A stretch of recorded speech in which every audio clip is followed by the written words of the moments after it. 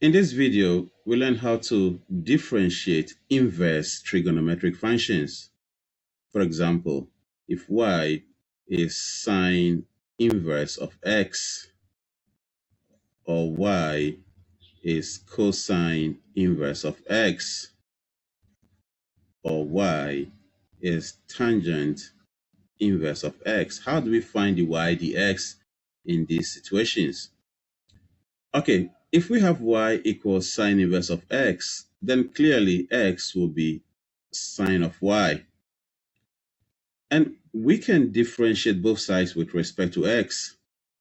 If we differentiate x with respect to x, we have 1. If we differentiate y with respect to x, we have cosine of y dy dx, because y is an implicit function. So when we differentiate y, we have dy dx. If you do not understand implicit function, please check my videos on differentiation of implicit function. So dy dx will be clearly 1 over cosine of y. But y is a function of x. So dy dx must also be a function of x, not of y. Now let's see. If we consider x equals sine of y, it's like this. Sine x equals sine of y, or sine of y equals x. We can simply say x over 1. So if the angle is y, sine is the opposite over the hypotenuse. So the adjacent will be 1 minus x squared. So we can find cosine of y from this diagram. We can find cosine of y, which will be the adjacent, which is square root of 1 minus x squared, over the hypotenuse, which is 1. So therefore, dy dx will be 1 over cosine of y, which is the square root of 1 minus x squared. All right, so that's the answer. Let's look at the second question. We have y equals cosine of x, the same approach. X becomes cosine of y. We can differentiate both sides with respect to x. If we differentiate x with respect to x, we have 1. If we differentiate cosine of y with respect to x, we have negative sine y dy dx, because when we differentiate y, is dy dx, implicit function. So in this case, dy dx will be negative 1 over sine y. We can simply say 1 over negative sine y, it doesn't matter. So we use the same approach here. If we consider cosine of y equals x, this is x, this is y, we can have cosine of y is x, or we can say x over 1. We're talking about this. Cosine of y equals x. So the angle is y. Cosine is the adjacent over the hypotenuse. So we expect the opposite to be 1 minus x squared. Therefore, sine of y will be the opposite, which is the square root of 1 minus x squared over the hypotenuse, which is 1. So dy dx will be the negative 1 over sine of y, which is the square root of 1 minus x squared. And that's the answer. All right, let's look at the third one. The same approach, y equals tangent of x. So we can say x equals tangent of y. We differentiate both sides with respect to x. If we differentiate x with respect to x, we have 1.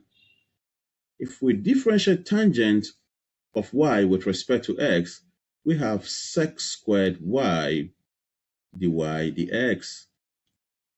If you do not know how to differentiate tangent or how to differentiate trig functions, please check my videos on differentiation of trigonometric functions. Tangent of y, we use the quotient rule to differentiate. So in this case, dy dx will be 1 over sec squared y. But what is sec squared y? We know if we have sine squared theta plus cosine squared theta equals 1. When we divide through by cosine squared theta, we divide by cosine squared theta, this will be tangent squared theta, because sine squared theta over cosine squared theta will be tangent squared theta. If we divide cosine squared theta by cosine squared theta, we have 1. If we divide 1 by cosine squared theta, we have sec squared theta. So actually, sec squared theta is tangent squared theta plus 1. So dy dx will be 1 over tangent squared y plus 1, because sec squared y will be tangent squared y plus 1. But we know from here that tangent of y is actually x. Y is a function of x, so dy dx must be a function of x. So y, tangent of y is x.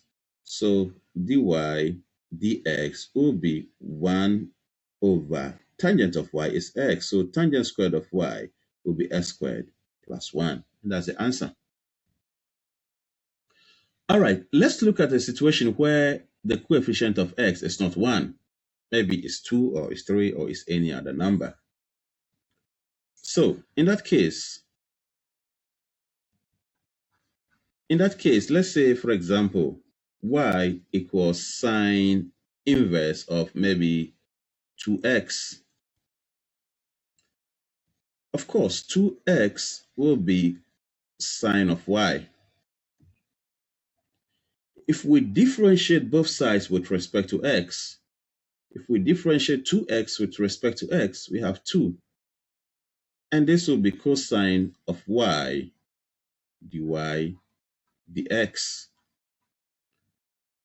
So dy dx will be 2 over cosine of y. And the same approach, if we use this one, so a diagram,